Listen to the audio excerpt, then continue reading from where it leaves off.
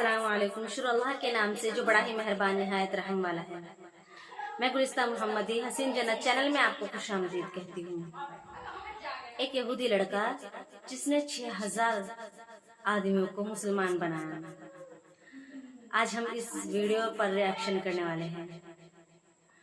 ये video YouTube पर English में है, लेकिन एक भाई ने इसको उर्दू में राइज किया है, तो आज हम इस वीडियो को देखेंगे। आइए देखते हैं। बिस्मिल्लाहिर्रहमानिर्रहीम। अस्सलाम वालेकुम दोस्तों, उम्मीद है आप सब खैरियत से होंगे। अल्लाह आप सबको ऐसे ही खुश रखे। दोस्तों, आज हम बात करने जा रहे हैं एक ऐसे यहूदी बच्चे के बारे में जिसने यूरोप में लगभग 6000 लोगों को मुसलमान बनाया और फिर अफ्रीका जाकर लाखों लोगों को दायरा इस्लाम में दाखिल कर दिया। दोस्तों, ये कहानी बहुत ही ईमान अफरोज होने वाली है और आप इस वीडियो के जरिए एक बहुत ही खूबसूरत मैसेज लेकर जाने वाले हैं, इसीलिए आप इस वीडियो को लाजमी पूरा देखें। और आपको बता दें कि ये वीडियो यूट्यूब पर इंग्लिश जुबान में है, लेकिन हम आपके लिए इस वीडियो को उर्दू जुबान में पेश करने जा रहे हैं। ये फ्रांस में रहने वाले यहूदी लड़के की एक सच्ची कहानी है। फ्रांस में एक बूढ़े आदमी की दुकान थी। उस बूढ़े शख्स का ताल्लुक तुर्की से था और उसका नाम था शेख इब्राहिम। उसकी ग्रोसरी यानी खाने पीने की चीजों की दुकान थी और अक्सर लोग वहाँ खरीदारी के लिए आया जाया करते थे। जिस बिल्डिंग में ये दुकान थी, उस बिल्डिंग में एक यहूदी फैमिली भी रहती थी। उस फैमिली में एक 10 साल यहूदी लड़का भी रहता था जिसका नाम जैक था। वो अक्सर इस दुकान से खाने पीने की चीजें खरीदने के लिए जाया करता था। वो जब भी इस बूढ़े मुसलमान की दुकान पर खरीदारी के लिए जाता तो चुपके से चॉकलेट चोरी कर लेता था और उसे सामान में छुपा लेता था। हालांकि उस बूढ़े मुसलमान दुकानदार को पता चल जाता था, लेकिन वो फिर भी खामोश रहता और मुस्कुराकर यहूदी लड़के को देखता। एक बार वो यहूदी लड़का दुकान पर आया। उसने कुछ चीजें खरीदी, लेकिन उसने चॉकलेट चोरी नहीं की। जब वो दुकान से जाने लगा, मुसलमान दुकानदार ने कहा, तुम हमेशा चॉकलेट चोरी करते हो, आज लगता है चॉकलेट चोरी करना भूल गए। ये सुनकर यहूदी लड़के को बहुत शर्मिंदगी हुई। वो लड़का थोड़ा डर गया और पूछने लगा, क्या आप ये सब जानते थे? मुसलमान दुकानदार ने कहा, हाँ मैं जानता था। यहूदी लड़के ने पूछा, अब आप मेरे साथ क्या करेंगे? क्या आप पुलिस को बताएंगे या फिर इसके बारे में मेरे माँ बाप को बताएंगे? मुसलमान दुकानदार ने कहा, मैं ऐसा कुछ नहीं करूँगा, लेकिन मेरी एक शर्त है। लड़के ने पूछा, वो क्या है? मुसलमान दुकानदार ने कहा, आज के बाद आप मेरी दुकान से या कहीं और से भी कोई भी चीज चोरी नहीं करोगे। अगर तुम मुझसे ये वादा कर लो तो मैं तुम्हें माफ कर दूंगा।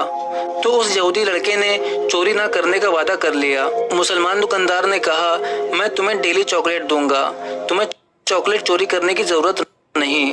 वो लड़का उस मुसलमान दुकानदार के अखलाक से बहुत खुश हुआ। अब वो लड़का रोज उस दुकान पर आता, घर का सामान खरीदता, चॉकलेट लेता और उस दुकानदार से बातें करता रहता। इसी तरह वक्त गुजरता गया और वो लड़का जवान हो गया। यूरोप का जैसा कल्चर है, बच्चे जब जवान होते हैं तो उन्हें अपना खर्चा खुद उठाना होता है और अपनी मुश्किलात का खुद सामना करना पड़ता है। ऐसा ही उस यहूदी लड़के के साथ भी हुआ। उसको कोई भी परेशानी होती, वो उस मुसलमान बूढ़े दुकानदार के पास आता और उसे अपनी परेशानी के मुतालिक बताता और मुसलमान दुकानदार हमेशा उसका हौसला बढ़ाता, उसे तसल्ली देता। एक दिन वो लड़का बहुत परेशान था और उस मुसलमान के पास आकर उसे बताने लगा। तो वो बूढ़ा मुसलमान उठा, थोड़ी देर के बाद एक किताब लेकर आया और उस लड़के से कहा, इस किताब का कोई भी सफ़ा खोलो। जैक ने एक सफ़ा खोला। उस मुसलमान ने उसे पढ़ना शुरू किया। 2 सफ़े पढ़ी और फिर जो कुछ भी पढ़ा उसकी तफसील इस लड़के को समझाई और फिर उस यहूदी लड़के को उसकी परेशानी का हल बताने लगा। ये देखकर वो लड़का हैरान था कि ये किताब क्या है और उसने 2 सफ़े क्यों पढ़ी। उसको उस वक्त ये बात समझ ना आई।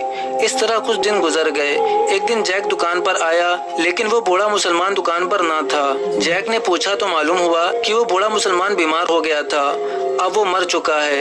ये सुनकर जैक उस मुसलमान के घर गया ताकि उसके बेटों की ताज़ियत करे और उसके लिए दुआ करे। जब वो बूढ़े मुसलमान के बेटों से मिलने उनके घर गया तो उनके बेटों ने कहा कि हमारे अब्बू ने ये किताब दी है और कहा था कि ये किताब जैक को दे देना, ये मेरी तरफ से उसके लिए तोहफा है। और वो किताब कुरान मजीद थी। जैक कुरान को लेकर घर आया और उसे अलमारी में रख दिया। अब जैक को जब भी परेशानी होती उस बूढ़े मुसलमान की याद आती और उसे वो वाकया भी याद आता कि कैसे उसने कुरान मजीद को खोलकर पढ़ा और फिर परेशानी का हल बताया।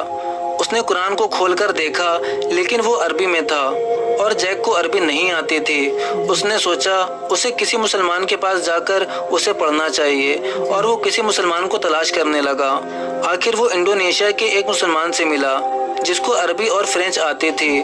उसने कहा, मैं ये 2 सफ़े पढ़ना चाहता हूँ, तुम कोई सी भी 2 सफ़े पढ़ो और उसका मतलब मुझे समझा दो। उस मुसलमान ने कुरान मजीद के 2 सफ़े पढ़े और उसका तर्जुमा उसे बताया। जैसे ही जैक ने तर्जुमा सुना वो रोने लगा क्योंकि उसे अपनी परेशानी का हल मिल चुका था।